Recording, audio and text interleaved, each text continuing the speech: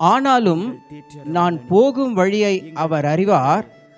அவர் என்னை சோதித்த பின் நான் பொன்னாக விளங்குவேன் என்று யோபு சொல்லுகிறான்.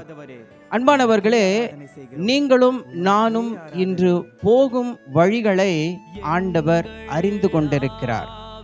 நாம் போகும் பாதை சரியான பாதையா தவறான பாதையா என்பது ஒருவேளை நமக்கு தெரியாவிட்டாலும் கூட அவருக்கு தெரியும். அது தவறான பாதையாக இருந்தால் அதை அவர் நமக்கு வெளிப்படுத்துவார். அது சரியான பாதையாக இருந்தால் அந்த பாதையிலே போக தேவன் நம்மை அனுமதிப்பார். அது மட்டுமல்லாமல் அவர் என்னை சோதித்த பின் நான் பொன்னாக விளங்குவேன் என்று யோபு சொல்கிறான். அன்பானவர்களே, இந்த வாழ்க்கையிலே நமக்கு சோதனைகள் உண்டு.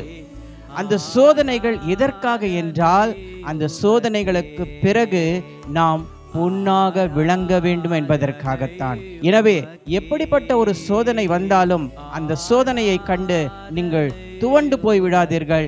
ஏனென்று சொன்னால் உங்களை பொன்னாக விளங்க வைப்பதற்காகத்தான் அந்த சோதனைகள் வருகின்றன.